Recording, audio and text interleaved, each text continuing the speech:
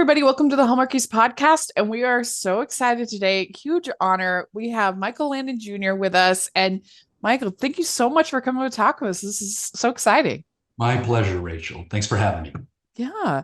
So this is your first time on the podcast. Yes. And I'm just very curious, like growing up in this industry, like what was it like for you to actually like start working in it and like build your own career?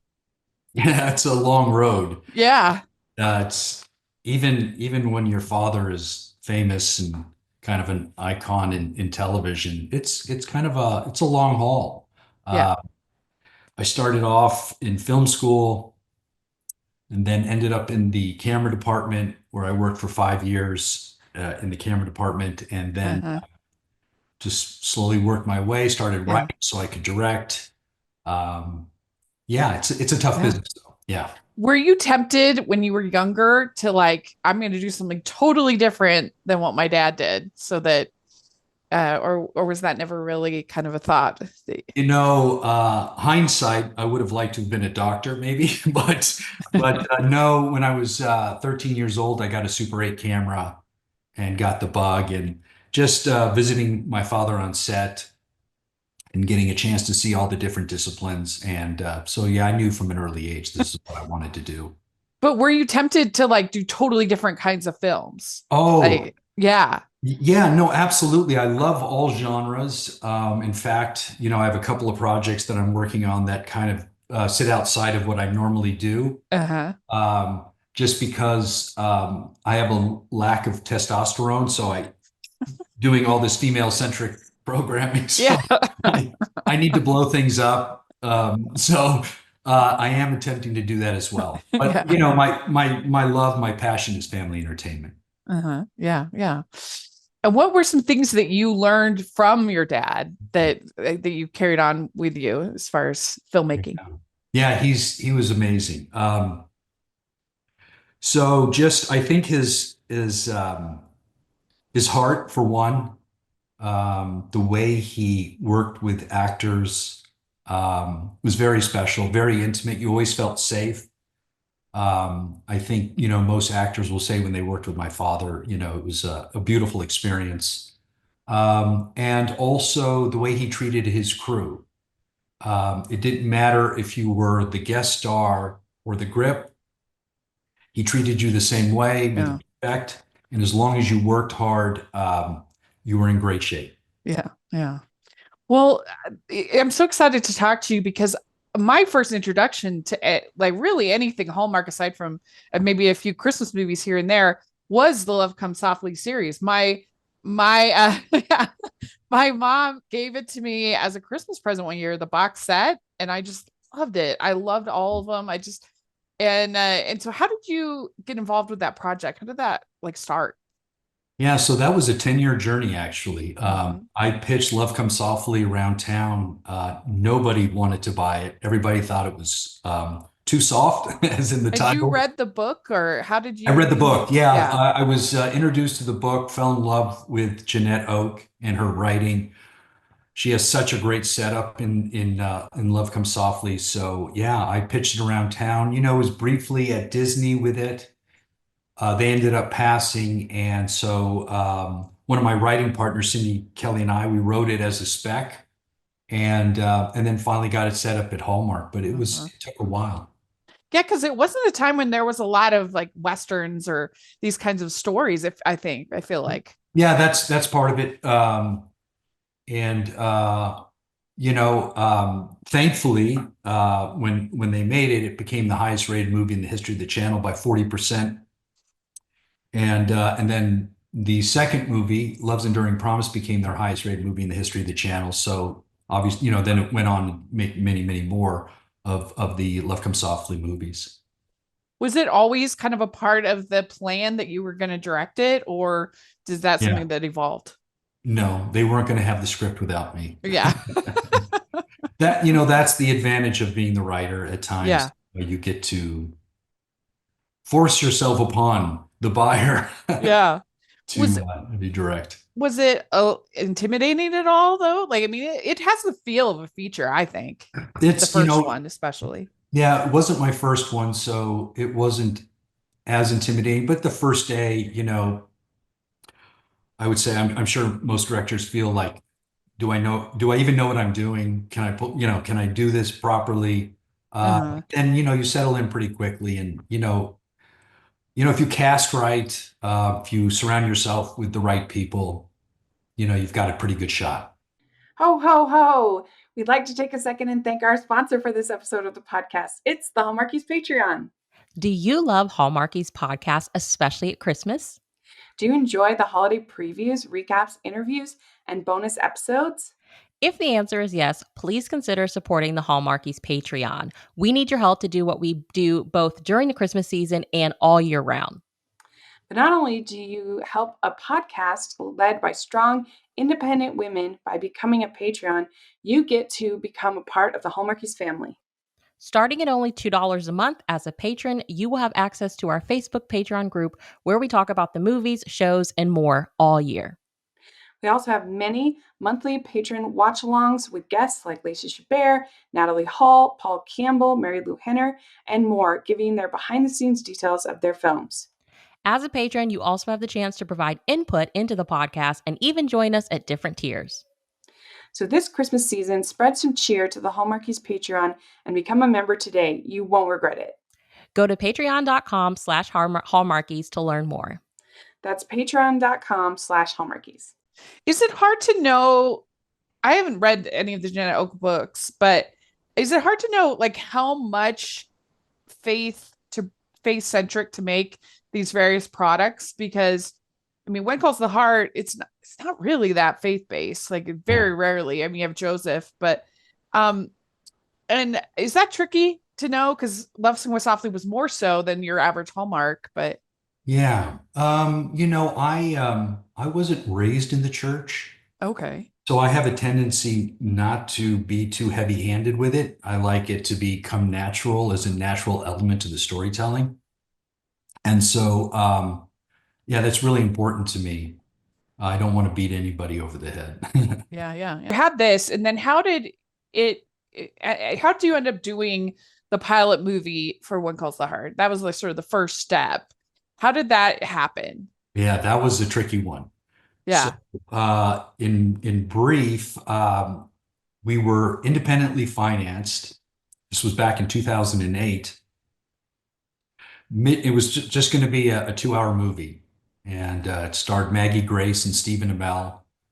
And halfway through filming, our finance fell out, and we had to shut down production. And then thankfully, Hallmark loved the footage that we shot, and I had to repurpose the footage and create an entirely new story and a new Oh, cast. really? Yeah, yeah. Oh, that's interesting. So I ended up coming up with Coal Valley and the mine disaster, and thankfully Jeanette Oak loved it so much that she actually wrote a series of books based on my take. Oh, After, really? Oh, yeah, that's interesting. I didn't know yeah, that. yeah. So I wrote the 2 hour movie, directed, produced along with my partner Brian Bird, and thankfully when Hallmark tested it, they they saw series, and so we Yeah. to How early did the idea of the series kind of start in the process? it happened pretty quickly once we finished the movie and everybody was pretty pleased. Uh, the network immediately started talking about let's test it to see if this could be a series, and Uh-huh. and it tested very well. Because Hallmark had never really done anything like that No, before, so it was kind of a bold idea for it them. was. It was. I mean, they were in conversations about, starting a series, getting into series programming. So the timing was really great too. Uh-huh. Yeah. Had you worked with Brian before this, or was this kind of your when you first got to work with No, him? we had been working together. We did several projects together. See here, we did The Last Sin Eater, which was based on a Francine Rivers novel. Okay. We did a movie, a short film called Jama, Oh. which we made for World Vision on a dime. And what they ended up doing is they took this true story that we filmed in in Africa, and then what they did with it is we made this short film, and World Vision's model is to have children sponsored. And so they would show this movie in churches around the country, and then Oh, immediately asked to see if the audience would want to sponsor any children. And thankfully, this little film has tens of thousands of children were sponsored through that film. So it was one of the most meaningful projects I've worked on, yeah, and it was a tough one that's too. cool. We were in the slums of Kampala and in Oh, the wow. countryside, and it was really tough filming. There Yeah. was one night we were filming in the slums, and I was with just a small group of our crew getting B-roll of the world, and we ended up getting attacked, and rocks were being thrown at us, and we had to kind of run for our lives. So there was some intense stuff that took place, but Yeah. totally worth it. Yeah. Wow. That's really cool. Well, so what was the casting like? Obviously, the most important person picking the actor for Elizabeth, Yes. and then of course, getting Daniel on board, Lori Yeah. on board. How was that initial casting? It's always a process. Sometimes you immediately know who your lead is. There were some very talented actresses and actors that came through the door. Um, but at the end of the day, we saw the brilliance of Aaron Krakow and Daniel Lissing, and then we brought them together to check out their chemistry, and it was pretty much a no-brainer that these two leads. Yeah. Yeah. Wow. So 12 seasons, now 13. Team. What do you think is the appeal of One Calls the Heart? Why do you think it's had this, been able to weather all these storms that it's had? It has had a few storms. Mhm. It's been amazing. I mean, I do think it has to do with, even though it's a little lighter, but I think certain faith elements to the storytelling, community that means so much to the storytelling, the town of Hope Valley, that's a character in and of itself. The way people treat each other, um, the love that you feel when you watch the series. It's safe, which is really nice. Like, it doesn't matter who walks into the room. You know, the content is good for the entire family. Um, and it's the Hardys. Yeah. It's this grassroots, that just happened naturally.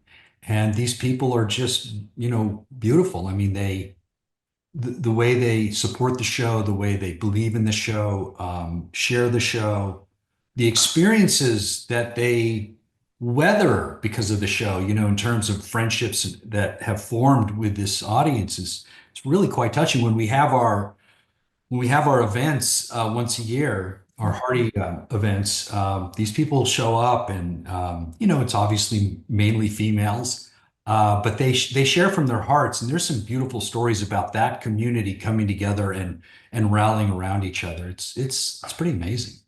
Well, it's interesting you say that it's mainly females because that's one of the things I think Hallmark in general has just been so brilliant about is that like Hollywood just kind of stopped making movies, certainly, but just programming for women. They just stopped. Yeah, And it's very frustrating. And I sometimes feel like unless I'm interested in teen programming, which you get more on Netflix and Disney and stuff like that, unless I'm interested in that, like there's really hardly anywhere else to go. Like where yeah. else do you No, watch? it's true. You have thousands of options out there, and Yeah. you're just clicking away trying to find something that you enjoy to watch with your Yeah. family, or as you were stating, as a woman. And yeah, it's Yeah. slim pickings.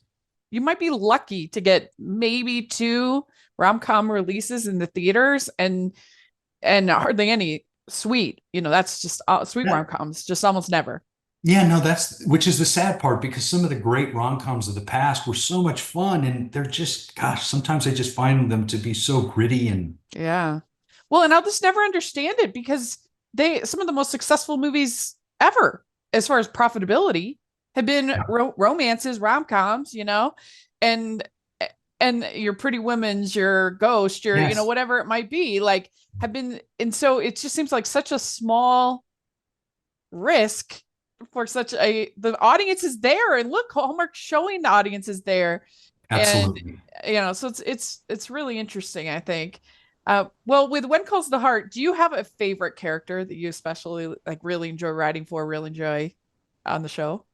Well, I'm not on the writing staff and haven't been. The Mm, first year is where I poured myself into the series. mm, I spent 7 months away from home.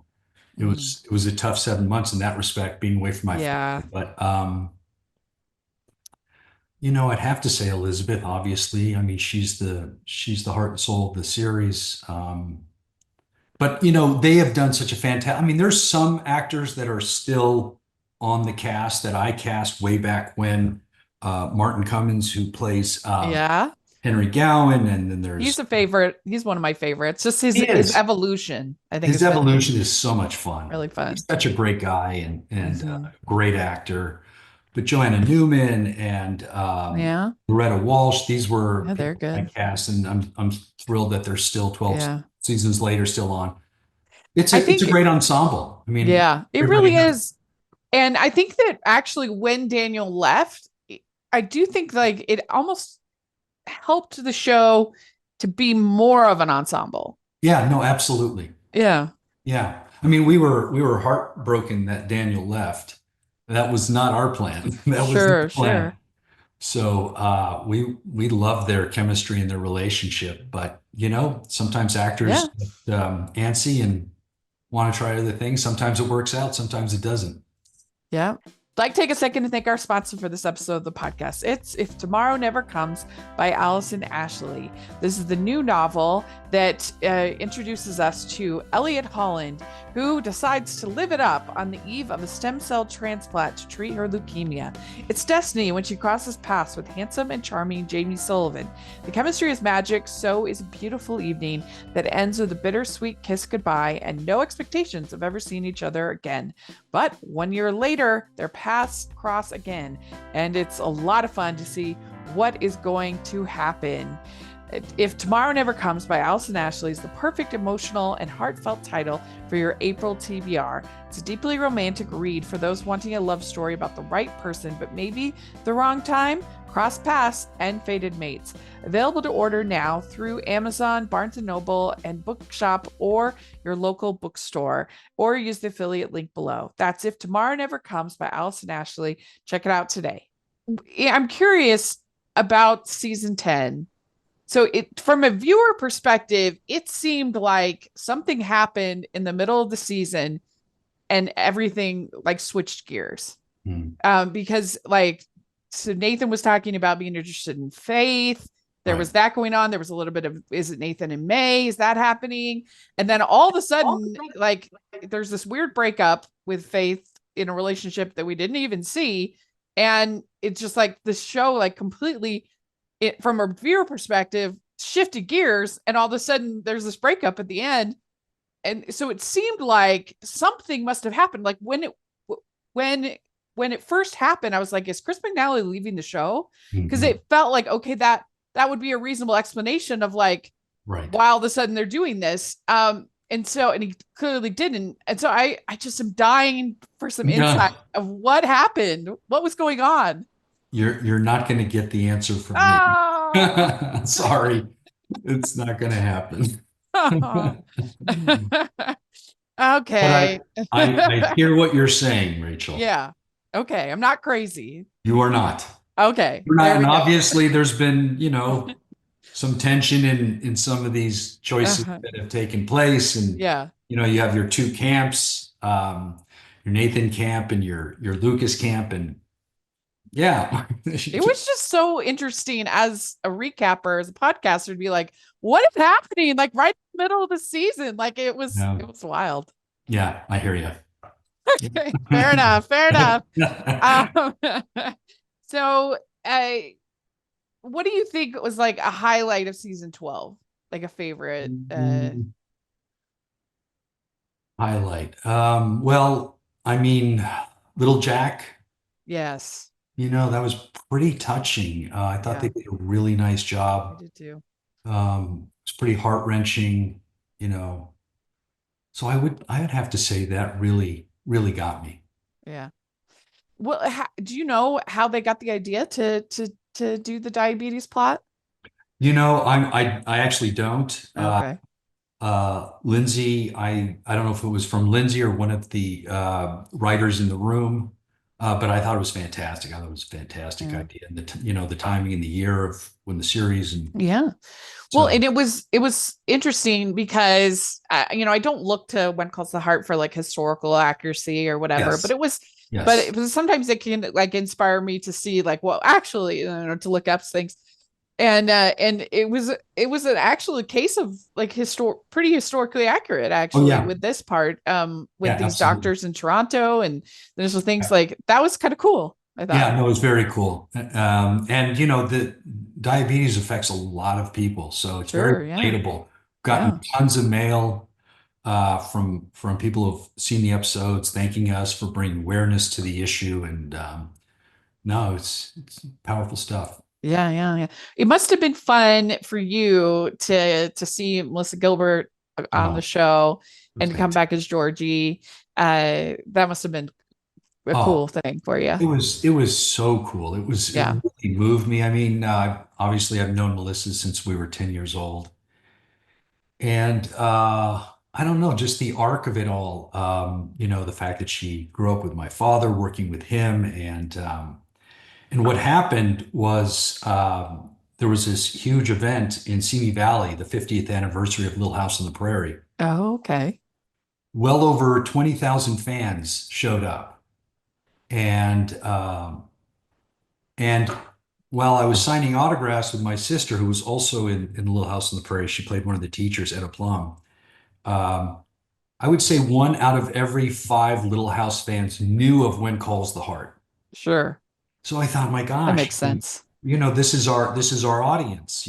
So I spoke to Melissa after and asked, see if she was interested in being a part of the cast, and she said absolutely. And Hallmark was obviously thrilled with the idea, and so Yeah. I had the honor of introducing her at a Hardy's event.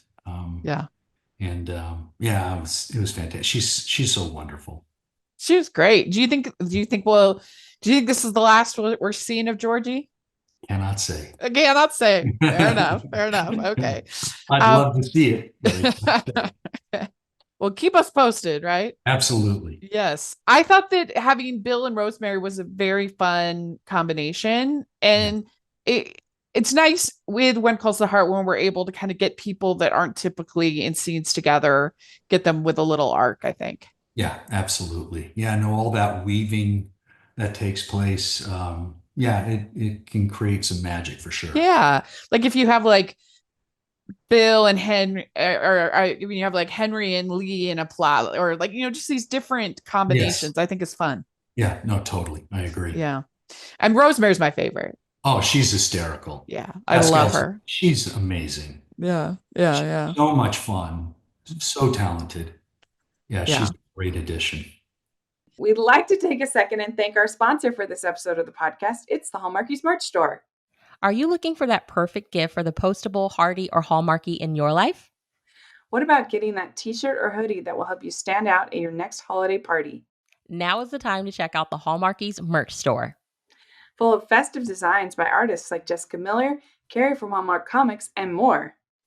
You can even have more than just shirts, but totes, cell phone cases, notebooks, mugs, and more.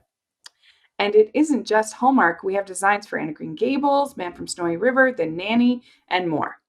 Every purchase at the merch store goes to help support the podcast and allows us to make the great content you know and love.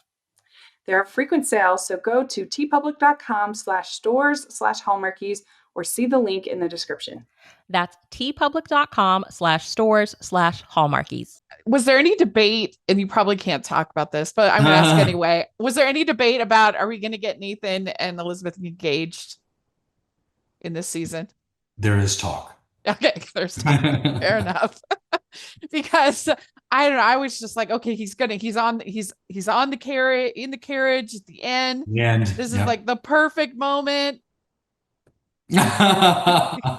Yeah, I'm with So we're you. waiting for it. You tell Yes. everybody, we're waiting. Yes. No, I'm with you, Rachel. So, okay, very good. Do you have like a favorite story arc that's happened on the show? I think to what Usually, you alluded to, Henry Gowan is yeah, one of my favorite arcs for sure. yeah, Um, Another arc that I'd love to see happen, and I say this often, is bringing Lori Loughlin back. yeah. Okay, Yeah, so I'd yeah, love for her to return to Hope Valley. So yeah. it's not Well, that my decision ultimately, but I right, voiced my love for the idea. yeah. Well, I mean, I'd almost if I'd like them to decide one way or the other because I think that it'd be nice for Henry to be able to at least move on in the show from this like building relationship that was happening with Yes, Abigail yes. because I don't know I would appreciate like I feel like he's sort of the what calls the heart version of in Home Improvement the neighbor with the Oh, the name, fence yeah, like that's yeah, basically what Henry Gowan has become like he's like your like your yeah, guy to go get right, advice from whereas right. like I would like to see in upcoming seasons him like get you know, move forward. Yes, yeah, Yeah, I'm with you. I'm with you on good, good. We've got lots of advice. that. If they're Yeah, ever like, what should we do? yeah, there you The go. Hallmarkies are Yeah, ready. copy that. Yeah, yeah. Um, I mean, I'm super excited, of course, about season 13. When will they be shooting that? I don't know the start date, but we're probably looking at June. June. Okay, Yep. cool. Well, Yeah. that'll be fun. Yeah. Very exciting. Well, you have a new show that's going. Has it started, or is it going to be this Home to Harmony? When is Home to that? Harmony. What's with Yeah. that? Yeah. This is a passion project of mine and my partner, Brian Bird and Ken Lazebnik. And Home to Harmony is about, it follows Sam Gardner. He's a widowed Brooklyn pastor who moves back to his quirky hometown of Harmony with his two children. He's a widower, and to take over his childhood church. And there he, just rediscovers his purpose in life. And it's this really, really sweet, quirky, truly family-friendly series that we're trying to launch. We have an acronym, HER, humor, emotion, romance. Hmm. So every episode is going to be infused with that. And but this series is one of those where some of my most cherished memories growing up is sitting around with my family to watch a series that made us laugh, made us cry together, brought us closer together, such as Little House on the Prairie. So this to me is my modern day Little House on the Prairie, where Okay. I would love to see that tradition of families sitting down together and watching something that will impact them in a positive way. Yeah. Nowadays, there's three plus TVs in every home. Everybody's on their phones.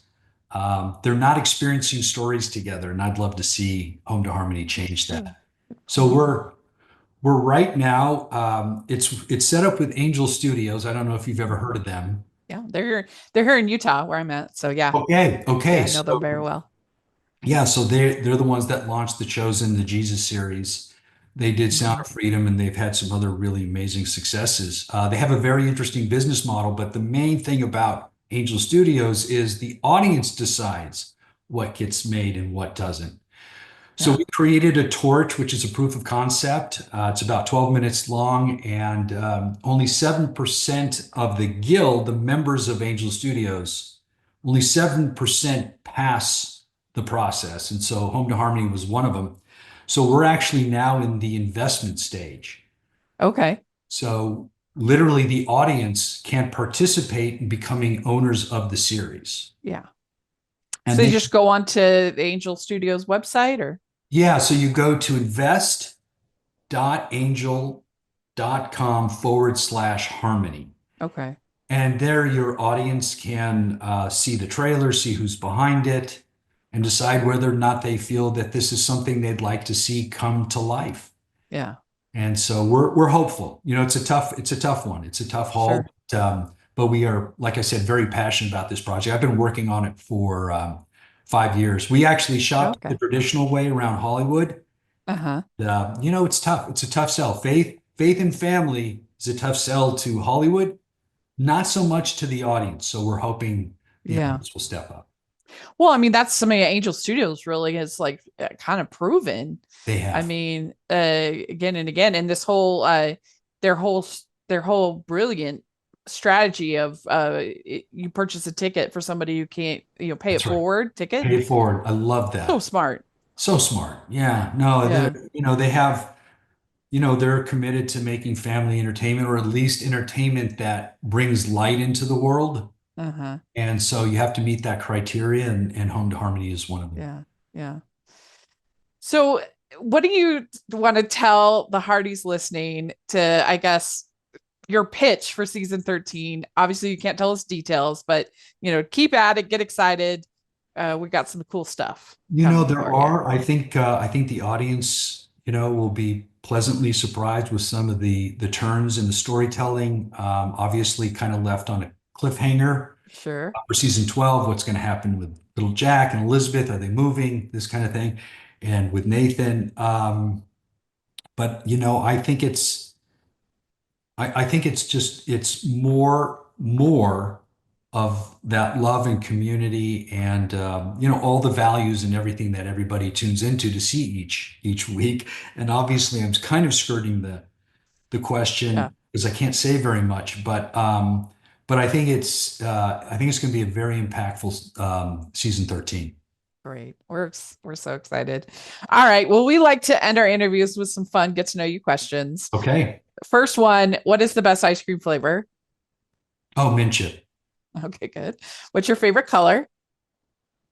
green. Okay, good for Christmas, good for Hallmark. Yeah. Yeah. What music are you into? Oh gosh, I love all kinds of music. I listen to a lot of classical, and I love movie scores. I write to movie scores, but I love some of the older country. I love the older rock. Um, Did you see the documentary on Disney Plus about John Williams? They put out in December. no, I Oh, no, I want. Is it amazing? it's so good. Like, Yeah, I mean, obviously he's incredible, but it was a very well made documentary that was just like that was fascinating. They had all the right people interviewed. It was really good. I'm writing it down because I don't want to forget. It's one of my faves, Yeah, obviously. highly recommend. Yeah. Uh, very cool. Okay. What would be your go-to date night food? Ooh, go to date night food. Oh man. I'll just go with Chinese. Okay, good. What would be your go-to date night activity if you're going out doing something? Yeah. Love a good movie, but that's rarely the case. Uh, uh, we love going to concerts, actually. That's a good choice. That's Yeah. a fun one. And We play. always say with the movie, the secret is to do movie and dinner, not dinner and movie. Because even if it's a bad movie, you can talk about it at dinner. I love that. I love Yeah. that. All right. Which do you like better, dogs or cats? Dogs, Very good. Which do you like better, beaches or mountains? beaches, Okay. What's your favorite holiday to celebrate? Christmas. Yeah. It's hard to beat Christmas, especially in Hallmark I don't, world. yeah, I don't know how yeah, that's true too. Absolutely. Yeah. I Yeah. mean, because every other holiday is just a day or a week, maybe. Yeah, right. Christmas is like 3.5 months. Yeah. Well, I'm not sure we all get that, but yeah. Yeah. All right. Last question. What is your favorite Hallmark or romantic movie? And you can pick one of your own if you want. Oh, well, I have to do that. It's got to be that. Yeah. It's got to be It's, Love Comes Softly. That's my yeah. favorite. It's a good one. Yeah. I mean, it really is one of my favorites. So good choice. You did it. You answered all the questions. Yay. Well, you've answered most of my questions, so that's Yes, okay. yes, right.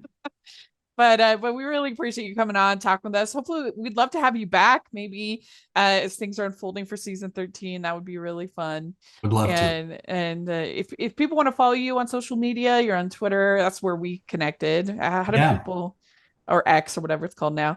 Yeah. How do people follow you?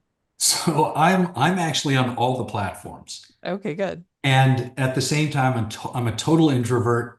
I rarely tweet or whatever else I there. got lucky, I think. Yeah, actually, I kind of think you did because, well, it's funny. Like Brian Bird, my partner on a lot of projects, Yeah, he loves it. you're right. Yeah, He loves it. he's on there all the He loves time. it. But yeah, I'm kind of a quiet dude. Okay. But yeah, I'm on Yeah. all of them. Very good.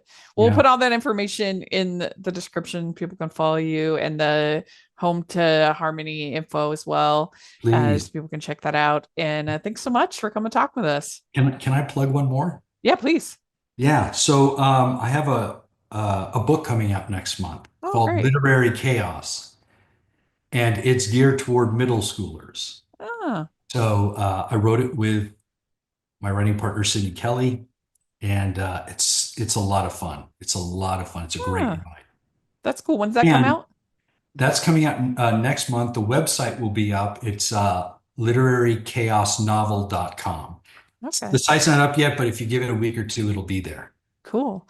Yeah, Yeah. well, I'll put the all that in the description as well. People definitely, that sounds really fun. Yeah. And it was great to meet you. Thanks so much. Pleasure. Thank you, Rachel. Thanks for having me. So we'd like to thank Michael for coming on the podcast. This was really fun to talk with him. I hope you all enjoyed it. I hope all the Hardys had a great time with it. Let us know what you think about all the things we talked about, and in the comments. We would love to hear your thoughts, or on Twitter. And you can find me at Rachel's Reviews, all over social media, iTunes, YouTube, and on Rotten Tomatoes. So check that out. Also, make sure you're following the podcast at Hallmarkies Pod and Hallmarkies Podcast, and make sure you check out our When Calls the Heart playlist, because we have interviews with pretty much everybody over the years, and recaps of every single episode since season 4, I believe. So we've got very well covered When Calls the Heart. So definitely take a look at that. And if you are listening on iTunes, please leave your ratings and reviews. Really appreciate that. If you are watching on YouTube, please give the video a thumbs up. Subscribe to the channel. I really appreciate that. And also, we have our Patreon group, which is the biggest way you can support everything that we're doing. Allows us to do these interviews and have the coverage, and just and we try to make it really worth your while to be a member of the Patreon group. We have bonus episodes. We have patron events. We have watch-alongs and Q&As with talent, things like that. So definitely check out the Patreon. And then we have the merch store. We have tons of Hardy's inspired merch. So check that out. And thanks again to Michael. We'll talk to you later. Bye.